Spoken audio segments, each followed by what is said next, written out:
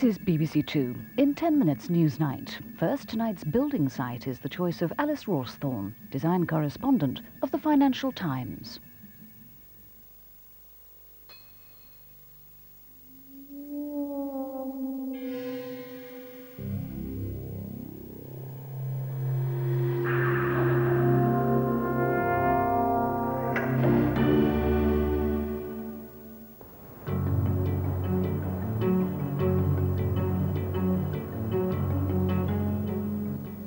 London can be a very grey place to be. It's full of grey people doing grey things in bland, boring buildings.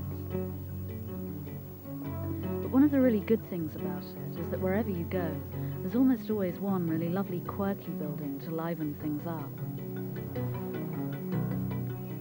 The best buildings are the ones that look as though they don't belong. The Lloyds Building looks like a futuristic fantasy in Tokyo, or like a rocket that's fallen off a Thunderbird set. Broadgate is more conventional, but it still looks like a little bit of Manhattan rather than an ordinary London office block. But my favourite building is tucked away between the south bank of the river and the railway arches of London Bridge. You walk along a dark, dingy street and there it is, a little island of Art Deco to liven up the gloom.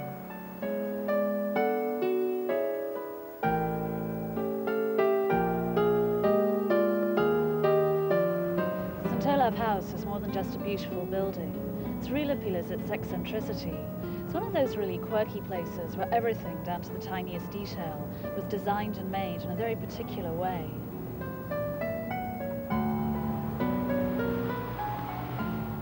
It was built in the early 1930s as the headquarters of the Hayes Wharf Company, one of the wharfmongers that worked along the Thames.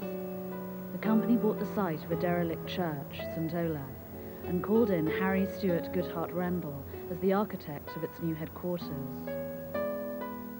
Goodhart Rendell is one of the eccentric figures that crop up from time to time in English architecture. Originally, he'd hoped to be a composer, and this is one of his pieces.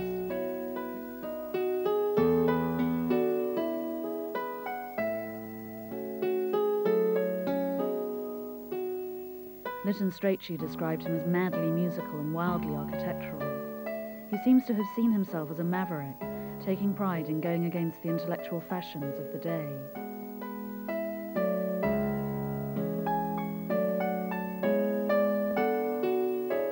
St. Olaf House can't have been an easy building to design. The site is oddly shaped, and there's very little light on the street side. But the main problem was that the Hayes Wharf Company wanted a building which would be grand enough to be its headquarters, but would also work as a warehouse. Goodhart Rendell solved the problem by raising the building above the ground. This meant that boats could deliver cargoes of tea or spices from the river, and lorries could collect them by driving under the building. Meanwhile, the directors would walk into their headquarters through this elaborate entrance hall.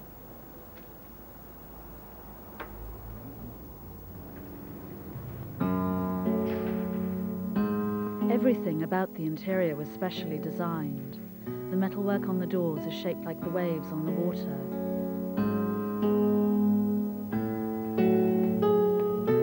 Even the staircase railing is rippled like the river.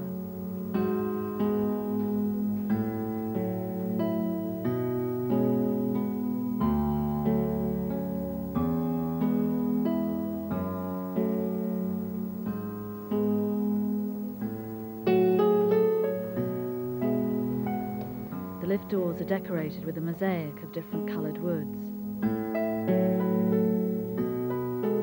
And the clocks also use a mosaic so that it looks as though their faces have been cracked.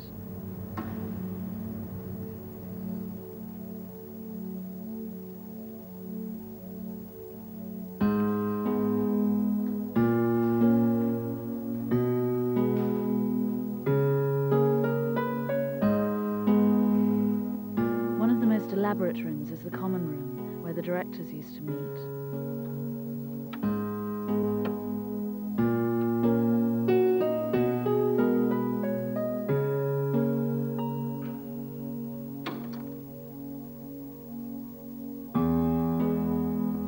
It's designed in the Odeon style of Art Deco, which is familiar from 1930s hotels and cinemas.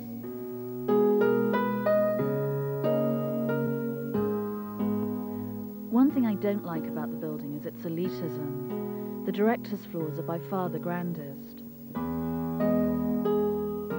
The designs are much less lavish on the other floors, so that by the time you get to the place where the clerks worked, the lifts and clocks are almost completely plain.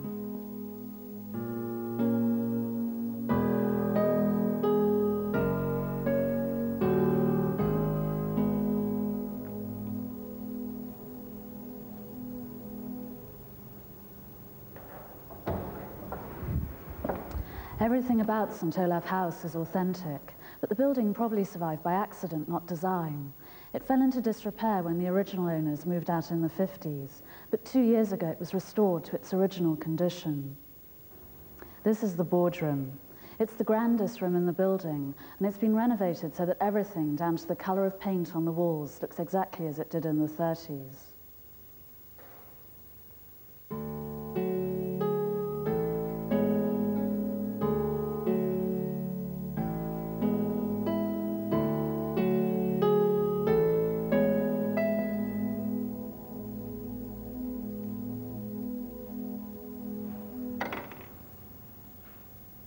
Today it's used as a boardroom by the firm of insurance consultants that now occupies the building.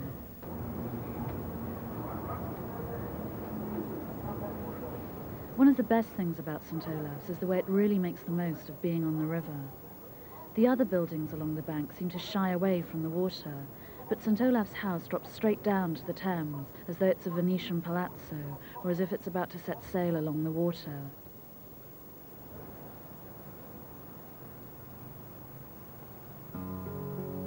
The river facade of the building is dominated by a beautiful frieze by the sculptor Frank Dobson.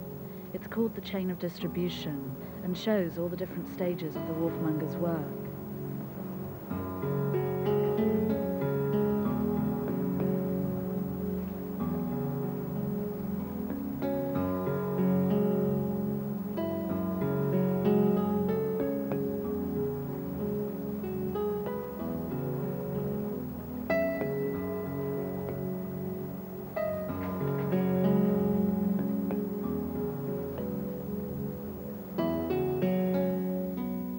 The whole building is covered with quirky Art Deco details.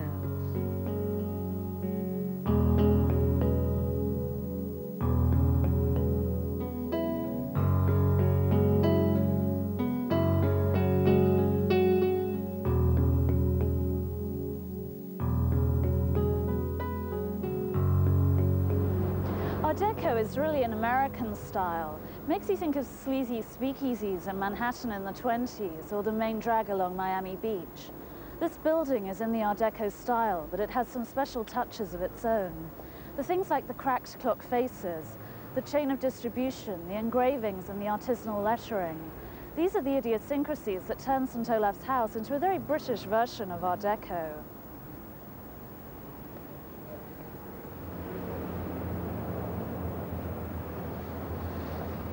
Maybe it's because it's so eccentric that St Olaf House is still so obscure. But for me, it's these same eccentricities that really make it stand out from the drabness of the London skyline.